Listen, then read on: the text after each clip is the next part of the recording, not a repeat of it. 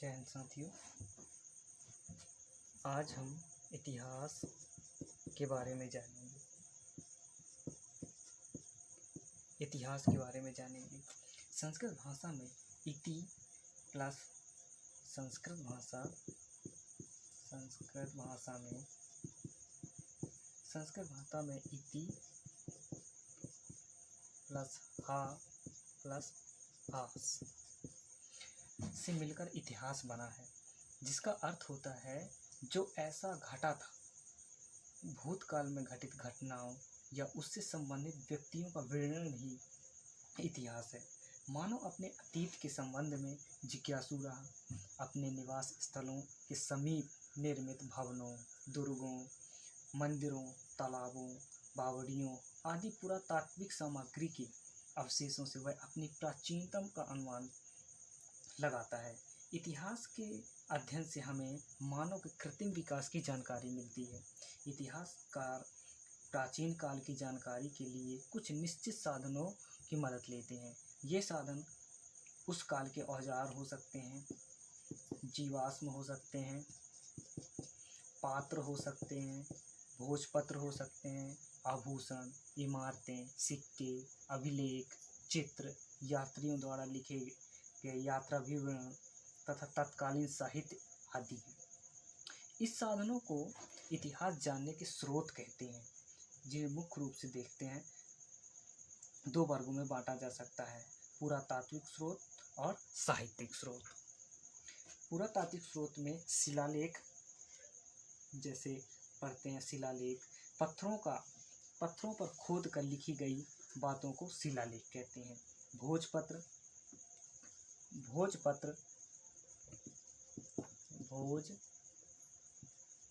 भोजपत्र हो गया एक विशेष प्रकार के वृक्ष की छाल जिस पर प्राचीन ग्रंथ आदि लिखे जाते थे, उसे भोजपत्र कहते हैं।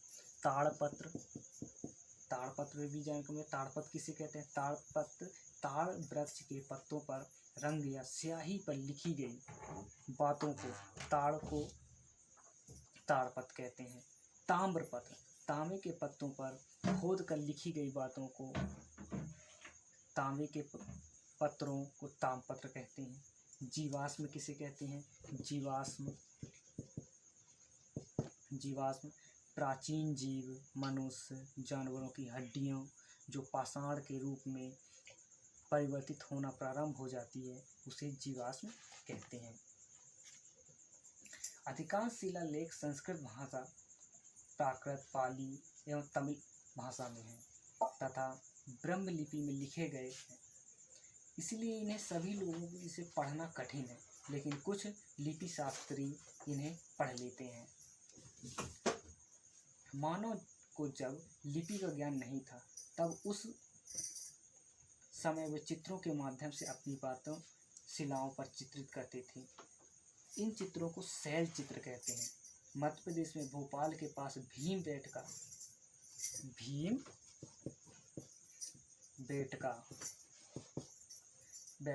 के शैल के इस बात के जीवाश्म प्रमाण है। शैल चित्र भारत के विभिन्न भागों से मिलते हैं। भीमबेटका विश्व का सबसे बड़ा शैल चित्र है।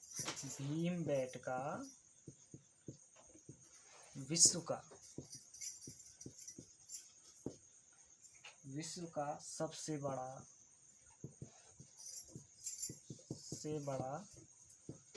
शैल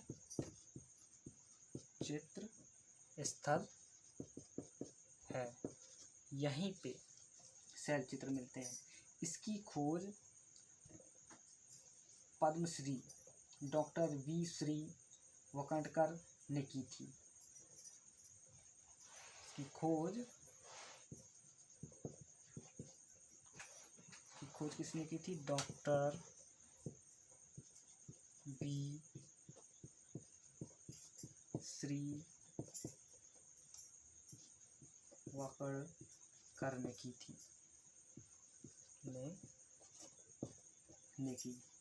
इस स्थल को विश्व धरोहर सूची में सम्मिलित किया गया है। भारत के लगभग 3/4 शैल चित्र मध्य प्रदेश में विंध्याचल और सतपुड़ा की पहाड़ियों में पाए गए हैं। भवन तथा अन्य स्रोत मानव के गणितीय ज्ञान, स्थापत्य कला के विकास की कहानी से परिचित कराते हैं। साहित्यिक स्रोत तत्कालीन समय में विभिन्न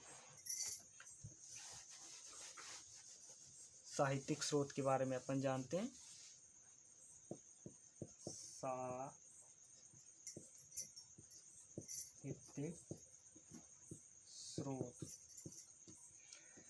साहित्यिक स्रोत में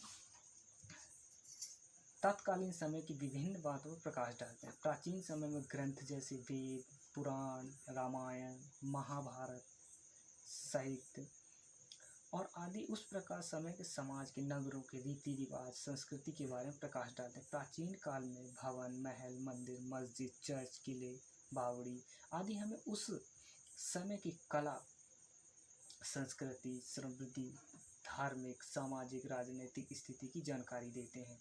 यूनानी यात्री मेगास्थनीज, चीनी यात्री ह्वेनसांग, फायांग तथा स्टिंग और अन्य देशों के यात्रियों ने हमारे देश की यात्रा की तथा उनके द्वारा लिखे गए यात्रा विवरण में हमें उस समय की सामाजिक, राजनीतिक, आर्थिक स्थिति के बारे में जानकारी मिलती है। समय के प्रभाव के साथ साथ व्यापार वाणिज्य ने अपनी जगह बनाई।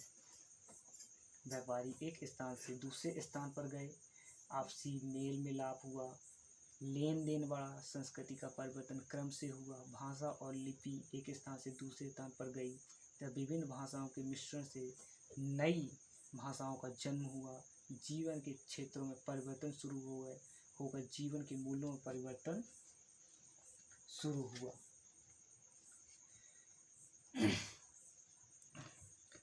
आदि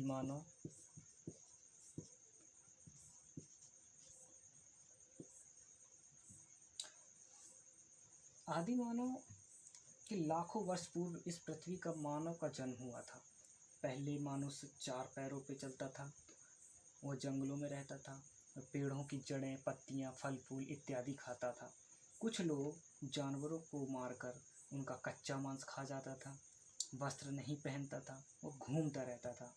यह वानर जैसा मानव खाने की तलाश में इधर उधर भटकता, लेकिन रात होने पर वह अपने जानवरों की सुरक्षा हुआ ठंड वर्षा से बचने के लिए गुफा जैसे स्थानों में मिलकर उसमें रहने लगा। लेकिन वह अधिकांश पेड़ों पर चढ़कर ही रहता था और इस तरह रात में जंगली जानवरों से अपनी सुरक्षा करता था।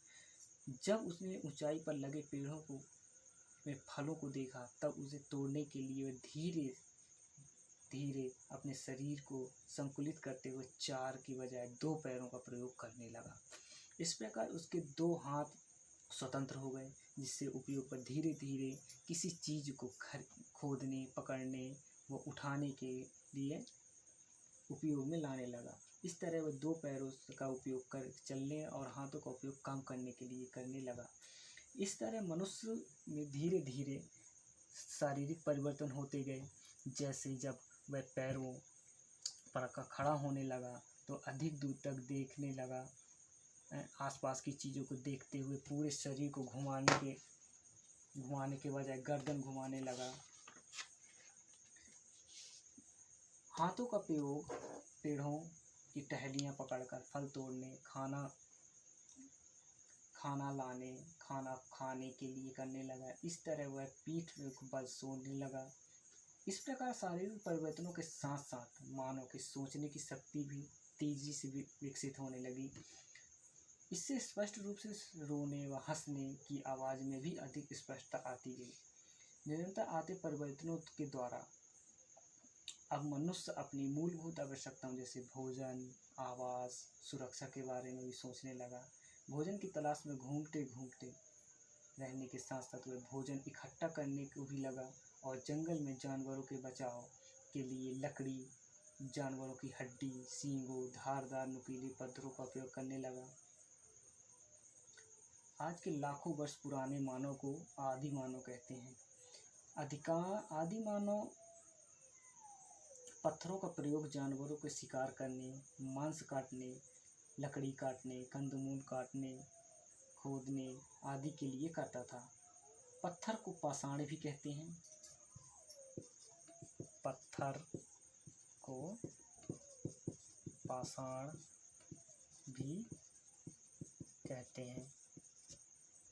पत्थर को पाषाण भी कहते हैं, इसलिए इसे पाषाण युग कहा गया। पाषाण युग। यह काल लाखों वर्षों तक चला। लाखों वर्षों तक चला। पत्थर के औजारों के रूप में आकार इस युग के 3 भागों में बांटते हैं।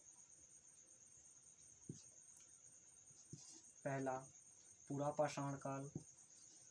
पूरा पाषाण काल। दूसरा मध्य पाषाण काल।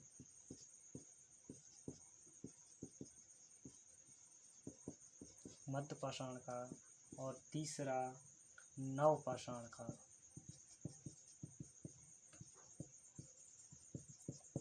नव पाषाण काल। पूरा पाषाण काल के बारे में जानते हैं। पूरा पाषाण काल में औजारों पत्थरों को तोड़कर बनाए जाते थे। ये आकार में विशाल होते थे। धीरे धीरे मानव ने इस कला में दक्षता प्राप्त कर ली। सैकड़ों वर्षों के अनुभव से भौगोलिक परिवर्तन के कारण औजारों में बदलाव आया। मध्य पाषाण काल में औजार अग्नेय पत्थरों से अधिक छोटे व पैने बनाए जाने लगे। नुकीले बनाए जाने लगे। इनमें कठोर और मजबूत पत्थर का प्रयोग किया जाने लगा।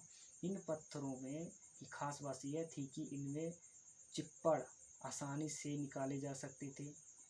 फलक और इन्हें मनचाहा आकार दिया जा सकता था। प्रारंभ में हाथ में आसानी से पकड़े जाने वाले पत्थरों के औजार बनाए जाते थे। धीरे धीरे हथियारों में हत्थे लगाकर प्रयोग करने की कला मानव ने सीखी और औजारों को लकड़ी के हत्थे बांधकर इस शक्ति को चढ़ाया।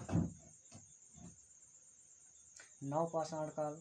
नवपाषाण काल में इस काल में छोटे पैने, अत्यधिक संहारक हथियार, कड़े पत्थरों बनाए जाने लगे जिनकी मारक क्षमता अधिक थी। इन्हें बाण के अग्रभाग में, बाण के आगे वाले सिरे में तथा कुल्हाड़ी के पैने भाग में स्थान में लगाया जाने लगा। इस काल में पत्थर में की चिकनी कुल्हाड़ियाँ, हाथ के बनाए बर्तन, झोपड़ियों का निर्माण स्थल तथा लघु पाषाण काल उपकरण प्राप्त होते हैं। इस काल का लगभग 2500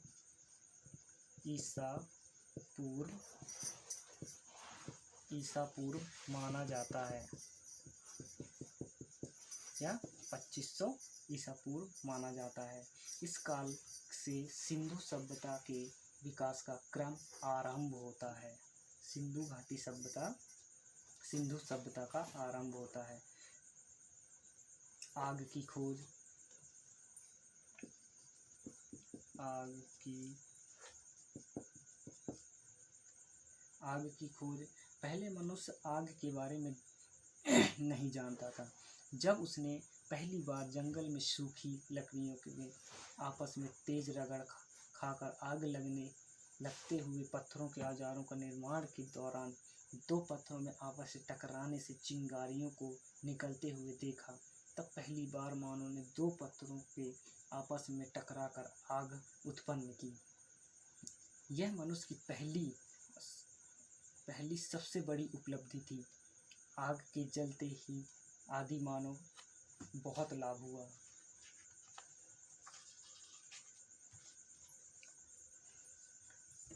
अब वे मांस को भूनकर खाने लगे।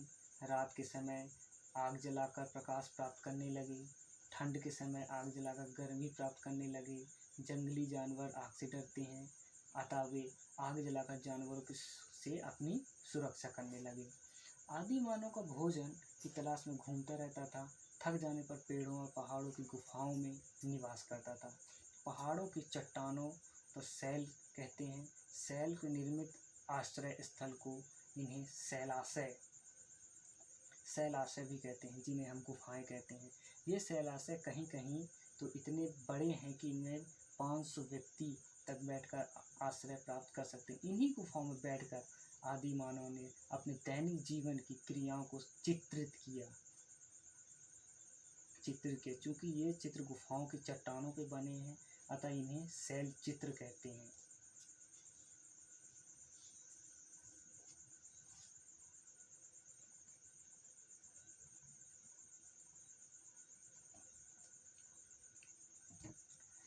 भारत में सैकड़ों स्थल पर ऐसे चित्रित शिलाश्रय मिले हैं। मध्य प्रदेश में भोपाल, MP में भोपाल, विदिशा, रायसेन, सीहोर, होशंगाबाद, जबलपुर, कटनी, सागर, गुना आदि जिलों में कई शैल चित्र शिलाश्रय मिले। आदि मानव के पास हमारे जैसे वस्त्र नहीं थे। ये ठंड, बरसात आदि से बचने के लिए पेड़ों की छाल, पत्ते, जानवरों की खाल से अपना शरीर ढकते थे। इनके साथ साथ लकड़ी, सीप, पत्थर, सींग आदि दांत और हड्डी के बने आभूषणों का प्रयोग करते थे। ये पक्षियों से पंखों का भी आभूषण बनाते थे। हमारे प्रदेश में आज भी कई जनजातियां ऐसे हैं श्रृंगार करती हैं, जैसे पंख, सीप, हड्डियां, लकड़ी, रंगीन पत्थर, जानवरों की सींग व दांतों के आभूषण बनाते हैं। पशुपालन, कृषि, नवपाषाण काल तक आदि मानव ने पशुपालन और खेती करने के लिए प्रारंभिक तरीके खोज कर ली थी। अब वह जान गया था कि शिकार के साथ साथ पशुपालन के लिए भी महत्वपूर्ण है। वह अनेक उपयोगी पशुओं को पालने लगा। पशुओं के वह कई तरह के काम कर लेता था। शिकार करने के लिए कुत्ता, खेती करने के लिए बैल, दूध प्राप्त करने के लिए गाय, भैंस, बकरी, प्राप्त करने के लिए बकरा, मांस प्राप्त करने के लिए बकरा, भेड़, भैंसा, सवारी हेतु बैल। पुरातात्विक के अनुसार भारत की कृषि की शुरुआत आज से लगभग 10,000 साल पहले हुई। कृषि की शुरुआत 10,000 साल पहले कब हुई? 10,000 साल पहले 10,000 साल पहले हो चुकी थी। इस प्रकार आदि मानव का भोजन की तलाश में घूमना फिरना कम हो गया। अब वह जान गया था कि मानव और पशु पक्षियों द्वारा खाकर फेंके हुए फलों के बीजों के नए पौधे उगाते हैं। खेती करने की कला एक महत्वपूर्ण खोज थी, जिसके कारण मानव को भोजन की तलाश में भटकने की जरूरत नहीं रही और अब उसने एक जगह से बसना सीख लिया। लेकिन मानव को जब खाद्य सामग्री की कमी पड़ने लगी, तब वह जमीन, खेत की खुदाई, पत्थर, लकड़ी, हड्डियों से बने यंत्रों के प्रयोग जमीन के बीज बोना शुरू किया। धीरे धीरे मिट्टी व उसकी निदाई गुड़ाई, पौधों के लिए पोषक तत्वों का महत्व जाना व पानी के स्रोत के निकट वाली जमीन को समानता खेती करने लगा। धीरे धीरे कृषि का विकास हुआ। वर्तमान में उसकी आवश्यकता के साथ साथ मनुष्य की अनेक विकसित कृषि यंत्रों का विकास किया, जिससे कम से कम अधिक फसलें ली जा सकें, कम समय में अधिक फसलें ली जा सकें। इस प्रकार आदि मानव से लेकर आज तक मानव की कृषि पर निर्भरता लगातार बढ़ती गई और कृषि के विकास के साथ साथ सभ्यता का विकास हुआ। पहिए की खोज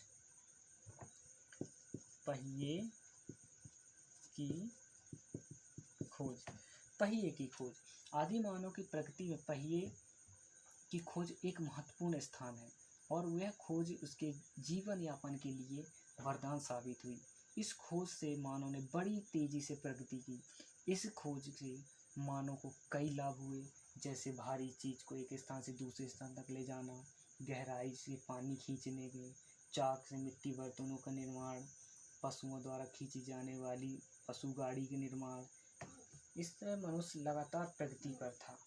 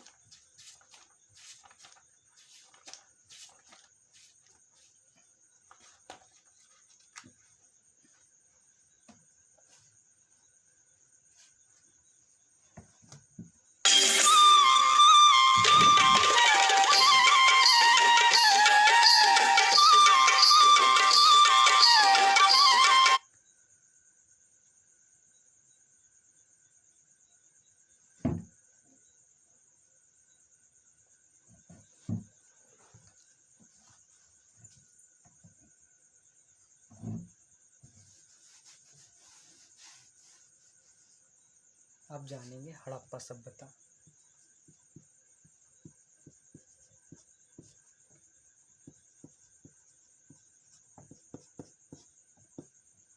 हड़प्पा सभ्यता। आदि मानव हमेशा वहीं बसता था जहाँ पीने के लिए पानी, स्वच्छ जल, खाने के लिए भरपूर भोजन और निवास के लिए सुरक्षित स्थान आसानी से उपलब्ध हो। नदियों के किनारे तीनों आवश्यकताएं आसानी से पूरी हो जानी थी, जिसके कारण विश्व की प्राचीनतम सभ्यताएं नदियों के किनारे ही बसी हुई हैं। इसीलिए इन सभ्यताओं को नदी घाटी सभ्यता कहते हैं। नदी घाटी सभ्यता कहते हैं। नदी घाटी सभ्यता कहते हैं। इनमें अफ्रीका के उत्तर पूर्वी भाग में स्थित मिस्र की सभ्यता सबसे पुरानी है। मिस्र की सभ्यता सबसे पुरानी है। यह नील नदी की घाटी से विकसित हुई। दूसरी है मेसोपोटामिया की सभ्यता। मेसोपोटामिया का अर्थ है दो नदियों का भूभाग। दो नदियों का भूभाग, दलजा एवं फरात। इन नदियों के मध्य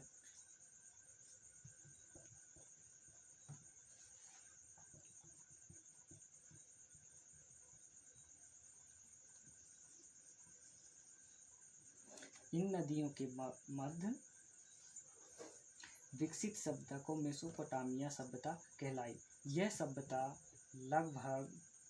सभ्यता 5000 से 500 ईसा पूर्व तक विद्यमान थी। वर्तमान इराक और ईरान का कुछ क्षेत्र भी इसमें सम्मिलित था। तीसरी है चीन की सभ्यता। चीन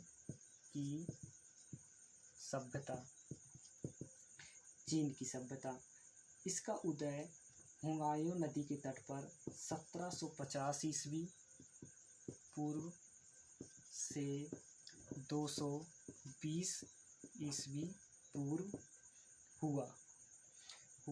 चौथी है सिंधु घाटी सभ्यता। सिंधु घाटी, जिसका विकास आज से लगभग 4500 वर्ष पूर्व उत्तरी पश्चिमी प्रायद्वीप में हुआ, जिसका कुछ हिस्सा अब पाकिस्तान में है। नदी घाटी में मानव सभ्यता के विकास। लाखों वर्ष तक मानव शिकारी और भोजन संग्रह के जीवन जीता रहा। धीरे धीरे उसे पशुपालन करना सीखा। कोई 10,000 वर्ष पूर्व इसमें खेती करना प्रारंभ किया। इससे उसने अपने सैकड़ों वर्षों के अनुभव से यह सीख लिया था कि मिट्टी में बीज डालने से, सींचने से पौधा उगता है। नदियों के किनारे की मिट्टी उपजाऊ होती है। यहाँ पानी आसानी से मिल जाता है। नदियों में नाव लट्ठी की सहायता से आवागमन की सुविधा रहती है। जानवरों के लिए घास, जल आसानी से मिल जाता है। इन सब कारणों से आदि मानव ने नदी की घाटियों में बसना प्रारंभ कर दिया। तब भी मानव पाषाण उपकरणों का उपयोग करता था।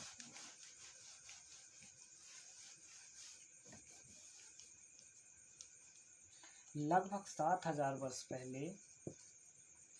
वर्ष पहले तांबे की खोज ने मानव के जीवन में परिवर्तन कर दिया। तांबा कठोर पत्थर की तुलना में अधिक प्रभावशाली था। टीन के मिश्रण से निर्मित तांबा पत्थर से अधिक मजबूत था।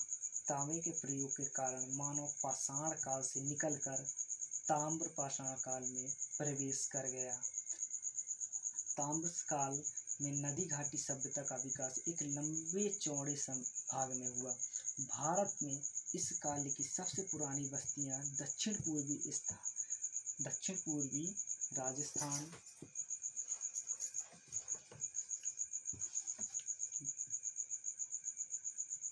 दक्षिण पूर्वी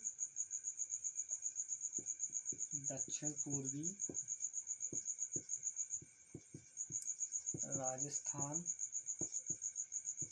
आहार, मध्य प्रदेश में मालवा में काथिया और एक और पश्चिमी महाराष्ट्र में जोखा, नेवासा, दैमाबाद में मिली। नर्मदा नदी के तट पर नावदा टोली स्थान पर भी ताम्र पाषाणिक अवशेष मिले। सिंधु घाटी सभ्यता की खोज। सिंधु घाटी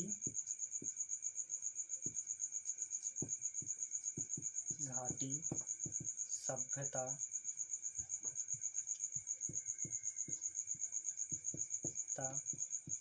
की खोज सन 1921 में सन 1921 के पूर्व तक भारत की प्राचीनतम सभ्यता वैदिक सभ्यता ही मानी जाती। सबसे पहले श्री दयाराम साहनी ने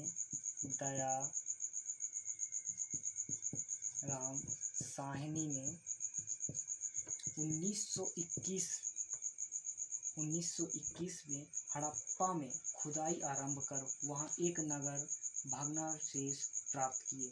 तत्पश्चात उसके बाद राखालदास बनर्जी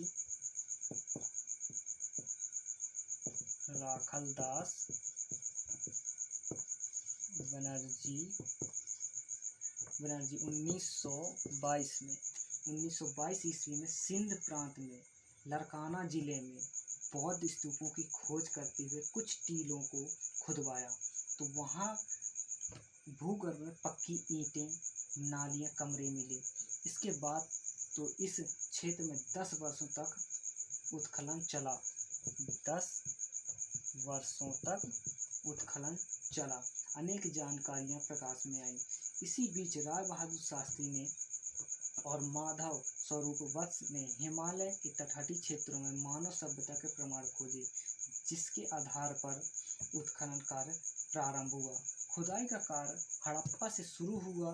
इस कारण से इसे हड़प्पा सभ्यता कहा गया। इसे सिंधु घाटी सभ्यता भी कहा जाता है। धीरे धीरे यह सभ्यता की खोज विभिन्न स्थलों पर हुई। इसके विस्तार को देखकर पता चलता है कि भौगोलिक दृष्टि से यह विश्व की सबसे बड़ी सभ्यता थी। इसका क्षेत्र मिस्र की सभ्यता के क्षेत्र से 20 गुना अधिक था। इस सभ्यता का विकास भारत और पाकिस्तान के उत्तरी और पश्चिमी भाग में सिंधु नदी घाटी में हुआ। सिंधु घाटी के कारण इस सभ्यता को सिंधु घाटी सभ्यता के नाम से पुकारा गया। इस सभ्यता का विस्तार पाकिस्तान, दक्षिण अफगानिस्तान तथा भारत में राजस्थान, गुजरात, जम्मू कश्मीर, पंजाब, हरियाणा, पश्चिम उत्तर प्रदेश एवं महाराष्ट्र राज्य तक है। इस सभ्यता के कुछ प्रमुख स्थल हैं मोहनजोदड़ो, हड़प्पा, चंदूजड़ो जो पाकिस्तान में, रोपड़ पंजाब, रंगपुर सौराष्ट्र, लोथल, सुतकोटा गुजरात, कालीबंगा राजस्थान, धौलावीरा गुजरात, बावड़वली, राखीगढ़ी हरियाणा, माणा जम्मू कश्मीर, दैमाबाद महाराष्ट्र, आलमगीरपुर भूसावल उत्तर प्रदेश। उनका नगरीय जीवन कैसा था? हड़प्पा सभ्यता की सबसे प्रमुख विशेषता उसकी नगर योजना प्रणाली थी। नगर अत्यधिक 2 या 3 भागों में बटे थे। सबसे सुरक्षित स्थान किला या दुर्ग कहलाता था। यहाँ उच्च वर्ग का परिवार रहता था। नगर के निचले भाग में के मध्य भाग में निवास करता था। इस नगर की सड़कें पूरी सीधी थी और दूसरे को लंबवत काटती थी। नगर अनेक खंडों में विभक्त होता था, जैसे कि आजकल के नगर होते हैं। हड़प्पा सभ्यता के नगरों में कठोरता, अनाज भरने के गोदाम महत्वपूर्ण स्थान था। हड़प्पा तथा कालीबंगा में इसके प्रमाण मिलते हैं। मोहनजोदड़ो का सबसे महत्वपूर्ण सार्वजनिक स्थल स्नानागार है।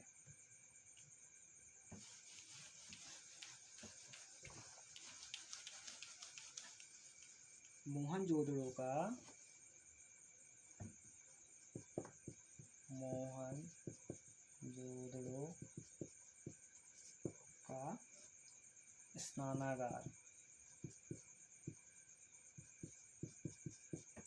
स्नानागार विशाल स्नानागार। यह 11.88 मीटर लंबा है, 7.01 मीटर चौड़ा है, 2.43 मीटर गहरा है। इसके दोनों सिरों पर तल पर सीढ़ियां बनी हुई हैं। बगल में कपड़े बदलने का कक्ष है। स्नानागार का फर्श पक्की ईंटों से बना है। पास के एक कमरे से बड़ा सा कुआं है। संभवतः स्नानागार किसी धार्मिक अनुष्ठान संबंधी स्नान के लिए बना होगा। इसके अलावा भी छोटे मकान जैसे आंगन में स्नानागार होता था। पर्यावरण की